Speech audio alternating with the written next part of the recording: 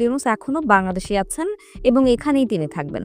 দায়িত্ব ছাড়লেও অধ্যাপক ইউনূস দেশেই অবস্থান করছেন বলে নিশ্চিত হওয়া গিয়েছে। আগামী সপ্তাহ থেকে তিনি তার প্রতিষ্ঠিত ইউনূস সেন্টারে নিয়মিত কার্যক্রম শুরু করবেন। সেখানে তার বিশ্বখ্যাত 3-0 ধারণা নিয়ে কাজ চালিয়ে যাবেন তিনি। আগামী মার্চের তৃতীয় সপ্তাহে জাপানের সাসাকাওয়া পিস ফাউন্ডেশনের আমন্ত্রণে 5 দিনের সফরে টোকিও যাওয়ার কথা রয়েছে তার।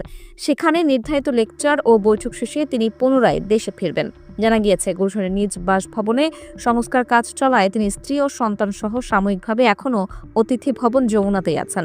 সংস্কার শেষ হলে আগামী 1 সপ্তাহের মধ্যে প্রফেসর ইউনূস স্থায়ীভাবে নিজ বাড়িতে ফিরে যাবেন বলে আশা করা হচ্ছে।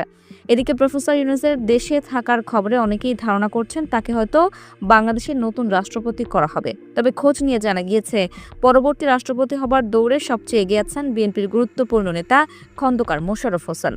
এদিকে প্রধানমন্ত্রী তারেক রহমান রাষ্ট্রীয় অতিথি ভবন যমুনাকেই তার সরকারি বাসভবন